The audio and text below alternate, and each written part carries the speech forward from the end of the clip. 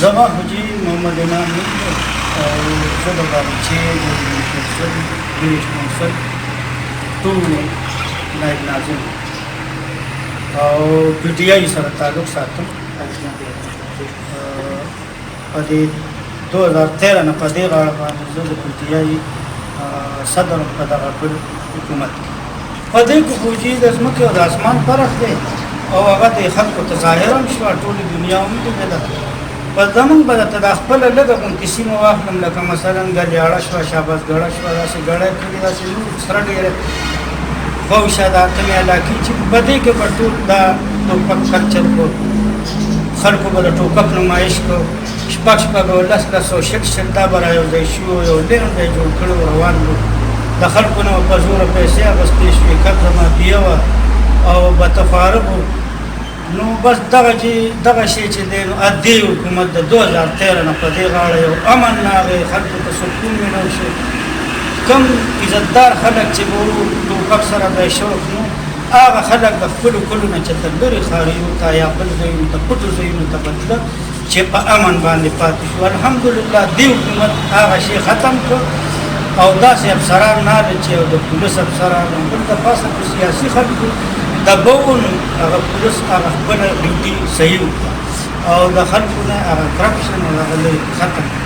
قبضه مافیه ختمه شوه او بدخوري ختمه شوه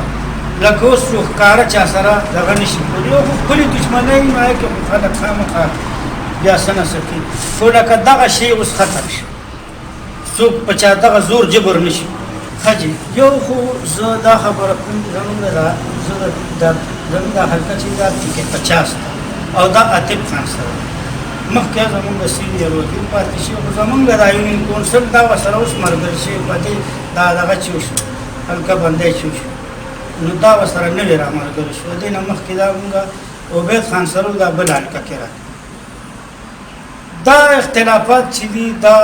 خو زما په دغه باندې دا بالکل ختمول پکار دي که دا ردې پاټۍ نه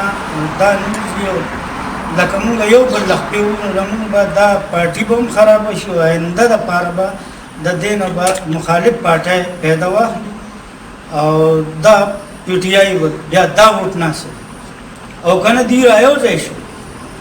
نو الحمدلله د عمران خان چې کوم دی دوی په دې باندې روان شو د اختلافات ختم نو دا حکومت به بیا هم په 2023 کې به هم د عمران خان حکومت د پی ټي آی زه خو د دې نه دا توقع کوم چې دوی لکه په دې خلکو کې دا بیداري را پیدا کړي د خلکو په سلوک ګرځي ځای په ځای د ټول سره خپلې مشورې وکړي چې یاره تاسو ټول رایوځای شئ او زه د سیاسي خلکو ته هم وایم لکه مثلا ایم پي ایګان شو چې دوی په دې خپله حلقه کې وګرځي دوی موده شوي دي دوی ته چې مودې مینو شوي دوی موده شوي دي ګوره د حلقې ته دوی راکوزېږي نه بس په خپلو دیرو کې یا چې ته یو ځای بل ځای نه دوی ته پکار هره حجره باندې دوی وګوري او خپلو زړو ورکرانو سره خپل چې د تنظیم ملګري د پارټۍ ملګري هغوی سره په هره خبره کې سلام مشورې